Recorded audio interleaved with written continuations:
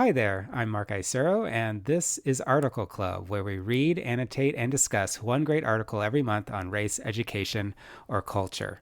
It is January of 2023 now, which I guess means that we are now embarking on our fourth year of Article Club. We started way back when in January 2020 with Gia Tolentino, and we are starting this year off again with a bang with Alex Jung, who is the author of our piece this month, The Spectacular Life of Octavia Butler.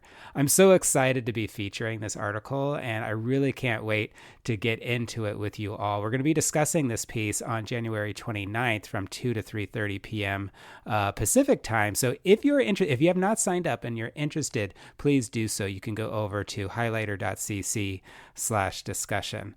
But anyway, I'm just super excited to say that Sarai and I got a chance to speak with Mr. Jung just about 2 or 3 weeks ago, and it was really, really amazing. I'm so appreciative of him and also Sarai for having this conversation. I hope that you really like it. We just got really into the article, and also Sarai in particular, because she's an expert of Ms. Butler, really got into some of the nuances of her work. And Mr. Jung just, he's just amazing. And it was really sensitive to her work and really wanted to make sure to honor her. We talked about a number of topics, including how it felt to be at the Huntington Library in the archives, reading her personal journals and like how those influenced him to write the piece, and just a lot of other stuff. We did mention also manifesting as well, because Octavia Butler certainly did know how to manifest. But we really, really talked about a number of things, also including about how Miss Butler really does push us to imagine a better and more equitable world. So I hope you enjoy this conversation. Let's get into it right now. Hey, Alex, thank you so much for doing Article Club. Thank you so much for having me. Sarai and I are here to ask you tons of questions about your piece. It's just really wonderful to read it. And we're both fans, so we've got a lot of questions for you. You've done a lot of interviews, you've done a lot of profiles, you've done a lot of work of all these famous people. One of the big ones, obviously the RuPaul piece and all that kind of stuff. But can you say a little bit about how you got to Octavia Butler? In this case, it definitely, the genesis for the article happened around the start of the pandemic. It did feel like there was a renewed sort of interest and resurgence in Octavia Butler. It's so much so that she hit the New York Times bestseller list for the very first time. And then when you're on Twitter and social media, you're also sort of coming to realize how she wished for that so much in her life, specifically a New York Times bestseller. And then even in one of her last interviews, when she was talking about Fledgling, her last book that she published, she told the interviewer was like, what else would you like? And she's like, a bestseller. That was really, that preoccupied her. So the fact that happened in 2020, so many years after she first started writing and after her death, it also felt like everybody was reading her, but also maybe also copying her work in Hollywood, which is like a really interesting thing and dynamic to be witnessing when she was considered so ahead of her time when she was writing, and now to sort of be copied sort of rather blatantly, I think, in certain instances. And so that sort of was the idea of like, what would it, I as a reader love to read profiles. I find them sort of really deeply satisfying in some way. And so I was looking around for a really good Octavia Butler profile, like just a classic magazine piece, and it doesn't exist really. Wow. Like there's a couple like small ones that I found, like one Essence one very early on in her career by Veronica Mixon, which is wonderful. And then there's a Publishers Weekly one in the 90s, but there isn't like like that sort of like bone satisfying kind of piece. This one is bone satisfying. And so I guess that coupled with the realization that she had left all of her papers, literally all of her papers, to the Huntington Library in her will, made me feel like, oh, what would it be like to try to do this, to try to commit the time to write this piece? And so that's kind of how it started. I could, there's obviously more I could say, but I don't want to bore you. Well, hey, this is not boring. And again, like, only because we have half an hour, I could talk to you all day. Like, it could be an all day thing. But like, In addition to, the pandemic is obviously like a big reason. After her death, there was kind of a resurgence in her work, and then during the pandemic. And then now you're talking about people kind of blatantly copying her work, other movements going into like Afrofuturism. Do you see any other reasons why there might be a revival of her work? I know that there's going into TV productions. Like, what are you thinking about that? Like the revival of different works she's done. And are you feeling protective, like having been to her library, like having been through her papers and stuff? Like, are you feeling protective over the work that is being put out around her? I don't know if that is, I don't know if that's for me to say. I guess like personally, I think you can't not in some Yeah. ways. Yeah. I mean, the archive is this really amazing thing. She knew she was going to do it back in 1989. So she had given a talk at the Huntington, and the curator at the time asked her if she would want to donate her papers, gave her this whole spiel. So, and she wrote a letter to her mother too, saying like, I want all of my papers to go to the Huntington in the 90s. And then she put it in her will. And she's, from what I can tell, like a very deliberate person. And I guess that to me feels like the most like meaningful, because anyone can take what you've written and like carve it out, turn it into IP, sort of transform it into their vision. But there's something about leaving her papers here that sort of felt like this, I don't know, like another last word of like, Yes. this is my legacy as a writer. This was the journey that I went on.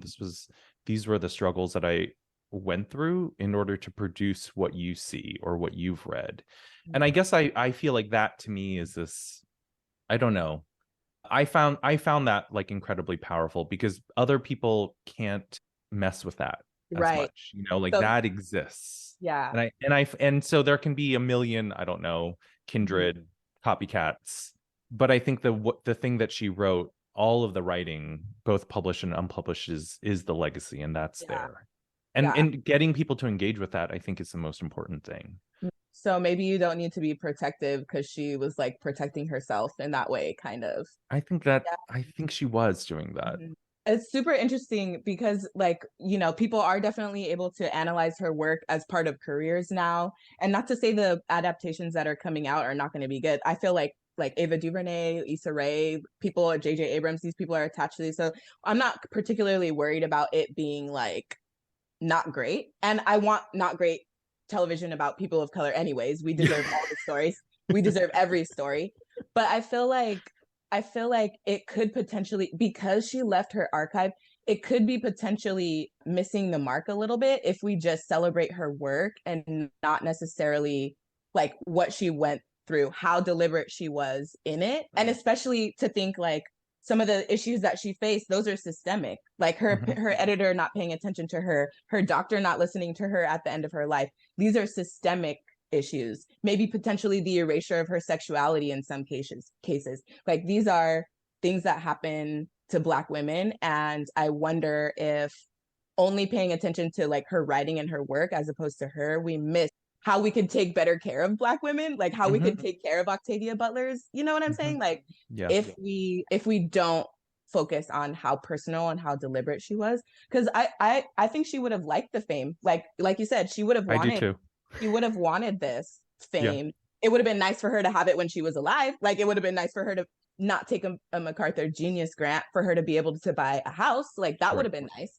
Right. But like the fact that she's getting famous now is not the issue I have. It's more so Right. like, what are we, like the legacy, like you're talking about. Right. And it felt really important to me to lay out the details of the contracts. Like contracts were super important to her in her life, like both as a writer, as a personal writer, driving herself forward with, I will do this, I will write 10 pages, I will write a draft. But then also like contracts, like publishing contracts, and how little she was paid, and how much she was crunching those numbers. And I don't know, those details felt important to sort of lay out and lay as barely as possible, because it does feel like we kind of can gloss things over, where you're just like, now it's easy to say, oh yeah, she was the first and she was this prophet. But that was really just hard work. That was waking up at 2 a.m. and writing for 3 hours before you have to go to a shitty job. Right. Like that takes a level of fortitude that Yes. I don't know if most people have. Like, frankly, Yeah. We ask authors about details. I'm sure you get asked all the time, why did you choose this? Why did you include this versus this? And yeah, the piece about how much he got for each book, especially early on, was I did the whole math, with Google about how much $1,750 was in the 70s. It was just not very much money.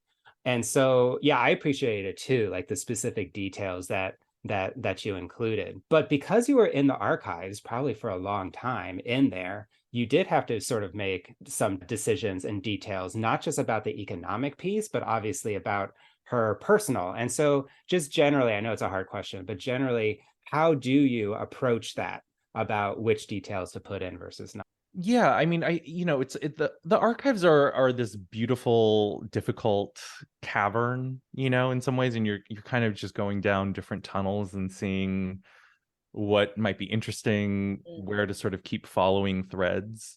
And I guess I started with her first journals. That sort of felt like the most logical place to start. And I think the journal was a place where she could vent.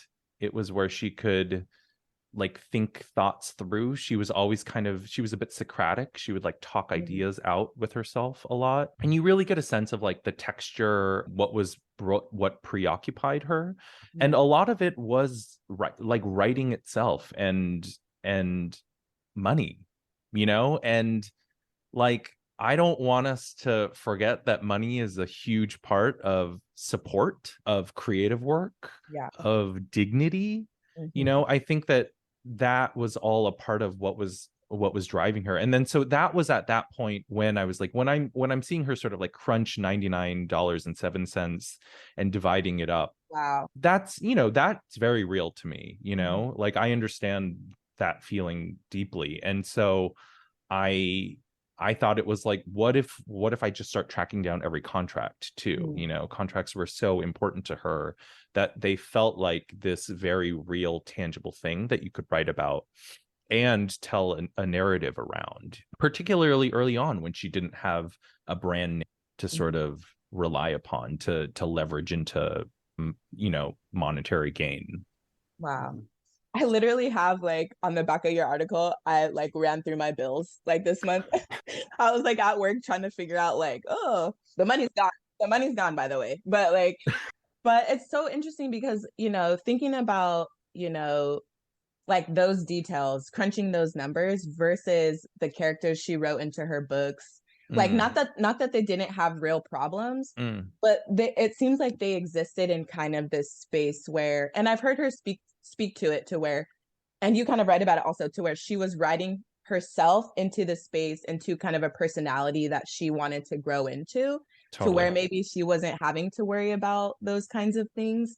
And I wonder about that because like, and this concept of like hard work and dedication, like you're talking about, because the standard for Black women, and I'm going to keep going back to Black women, like that's where we're here, that's where we're at. But like the standard of hard work for Black women, and you write like her grandma worked hard enough and they were persistent enough to get out, like this hard enough concept, like Octavia Butler really brings to my mind like the ways that disparity could hinder and did hinder and potentially contributed to the ending of her life. Yes. Like how resourced she was. So like, what does a society look like where Octavia Butler is resourced?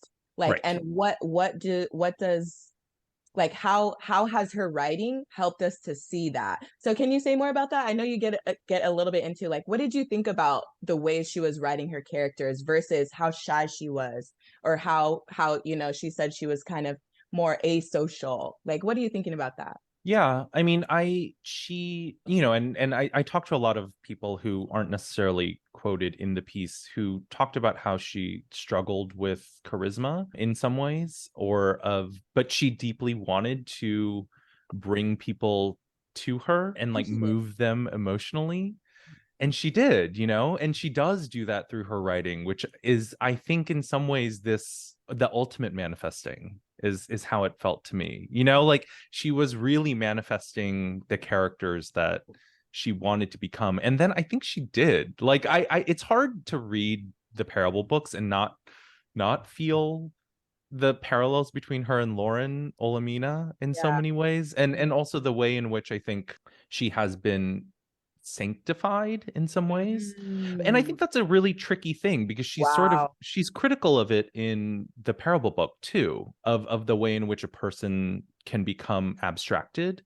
And I Mhm. guess that's sort of what I think is useful about a profile, is that we're sort of moving away from abstraction and towards, you know, I like, not just like she was this incredible, it's sort of moving away from hagiography, right? And Mhm. trying to write something that gets into the daily life Yeah. of what that looked like for her, and why, and what her relationship to writing and the page was, and then Yeah. what her relationship to her characters was. And I think she was trying to write people, Black women, who she could pour an ideal version of herself into, Mm. and then by doing that maybe could take some of their characteristics and remember how to live in the world and act in the Yeah. world. Mhm. Because the way she writes about Lauren is also a lot of the stuff she would say to herself about how to comport herself, which I thought Mhm. was really interesting.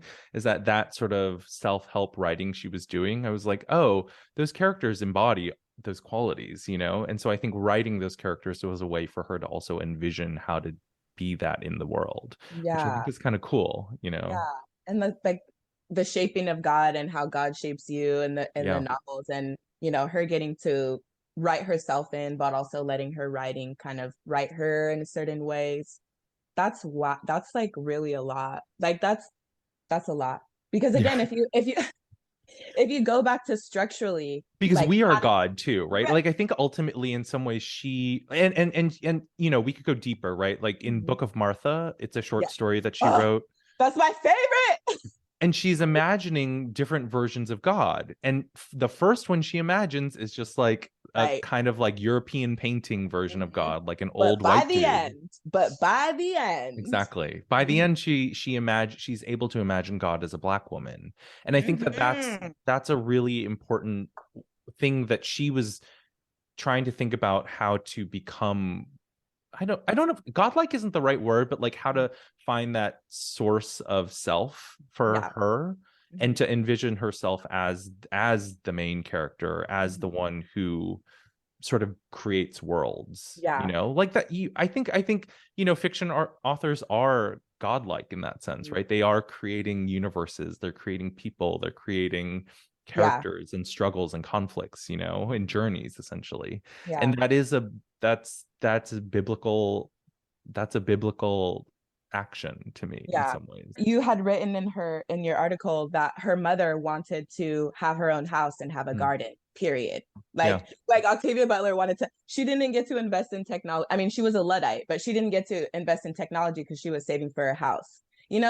What does it look like for Black women to get every single thing they want? That's like everybody getting taken care of. That's right. like everybody getting their thing. And in that sense, like the science fiction Octavia Butler that's liberation. Like that's a fundamentally different, like caring for. And Hmm. I feel like your profile really does it takes a lot of care to like stay with those details and not let her get into this, like, who, and rightfully so, like we said, she wanted to be famous, rightfully so, but to this person where we're kind of abstracting what it took for her. Right. And I really appreciate that. I really appreciate that.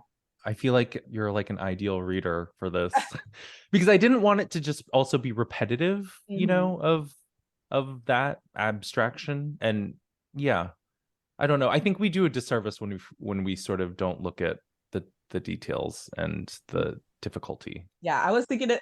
I was in the shower. I was like, we kind of failed Octavia Butler a little bit. Like we Yeah. failed her It- somewhat. Like so no, like high key, Miss like Ma'am should like still be here. Like grandmother in the chair. Like yeah. I mean, even her author biography, I wish I had it offhand so that I could quote it directly, but she says like I think she's like, I am a 58-year-old, right, or who can remember what it's like to be a 10-year-old writer, who Yeah. can imagine what it will be to be an 80-year-old writer. And I think that, I don't know, it's not like I wanted people to feel bad when they read the piece. But you get there. You kind of stick it in there. Like, it works. It works. I'm not like, I'm not pointing fingers, but I feel like I just want it to be clear that Yeah. she was failed in so many different ways by so many different people at so many different junctures of her life, and that should not have happened. And yeah. And I think even the care that she would imagine in her worlds and the kind of symbiotic relationships that she would imagine is also what she needed in the world, in her own life, and would have preserved and extended her life as a writer and thinker. Which is like, I don't know, it's hard to not feel like it's a loss, still. Yeah. Thinking about the ways that she was wanting to be more intimate or more cared for or more protected. And I definitely, like, when I would think of her, I was like, I don't want to think about Octavia Butler having sex. Like, I don't want to think about her sexuality. Like, she's the, blah, blah, blah. And again, that's like an abstraction. That's like an erasure of part of who she was. And I just, like, for me, it's not about like telling other people, like, you failed her. Like, the editor, who I wish I could slap, like, it's not about, it's about Sarai, like, how are you now prepared to take these people's failures of you and remain, you know what I mean? Because she didn't. She took her own book, and she got her own book on the people, the first editor took her on tour. You know what I'm saying? Like, she shopped around herself. So yeah. Mark, I'm so sorry. Asked every single question in this situation. But I think it's great. I think that also, I really like how, this conversation about what it takes, as a writer, as a profile, writer, to really honor your subject. And I feel like like you wrote this in a slightly different way than some of the other pieces that I've read. And specifically, I just felt like from the beginning to the end, you were going to be honoring her and honoring her work. And sort of like the tone, sort of like the way that you constructed the sentences, it just seemed different, and just sort of like you were basically saying, hey, there hasn't necessarily been a profile, and I need to be doing a profile, and I'm going to be, because everybody has all these different ideas and thoughts about Octavia Butler, and she's going to go big, huge now, with all these TV and, screen stuff. But specifically, and, everybody's manifesting now, and it's sort of like, okay, I like serious versus not serious manifesting. But I really felt throughout the there's entire... dead. Oh yeah, dead no. serious. Oh yeah. But I don't know. I just felt like in the piece, like the level of honoring her. And I just wanted to say that I appreciate that. Thank you. Yeah. I mean, I know how important she is. And you, at least whenever I'm doing a profile, I want to be able to rise to meet the person. And that's a lot.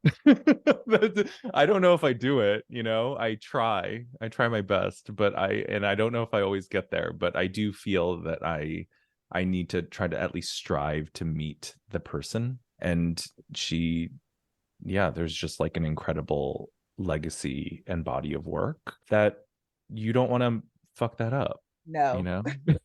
You can't write like you can't like come no you can't come half prepared, so that is how I felt. And I think maybe because there wasn't like a sort of big profile to take the pressure off, even like I just sort of felt like it had to do something, had to be done. Facts. The work has to be done. We're just super excited to be able to get into it. What do you feel at the end of the piece, including doing it well as honoring her work?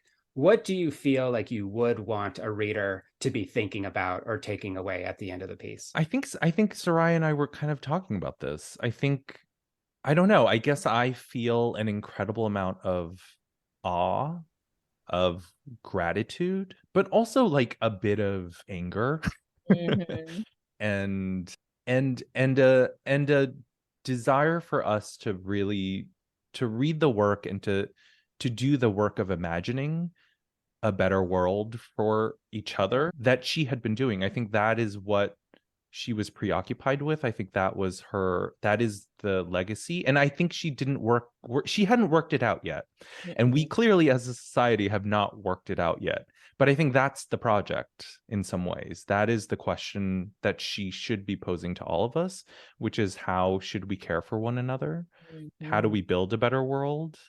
What does that striving look like for all of us and for each of us individually? I think that sort of ultimately is sort of what I come to at the end, because that's the rest of the parable books, you know? So if she was not able to finish them, what would it look like for us to imagine that for ourselves and for each other? Wow, wow, wow. That's Thank perfect. you so much. That's Thank you so much. Thank you so much, Alex, for Yeah, doing of this. course. This was Oh, so wow. fun. It was so good it was a joy to talk to both of you. I want to thank E. Alex Jung yet again, not just for writing this outstanding piece, but also for coming onto Article Club to discuss it with me and Sarai and with all of us, really. So thank you, Alex, for doing that. Article Clubbers, I am waiting for you to sign up if you're interested to our discussion on January 29th. If you are interested, please do. Most of all, I want to appreciate you all for your readership and for your support, because we are just some kind and thoughtful people who like to read and get into these articles, hopefully to connect with each other a little bit more and to make our lives a little bit better. So thank you again. Hope you have a good week and weekend, and I will see you next time.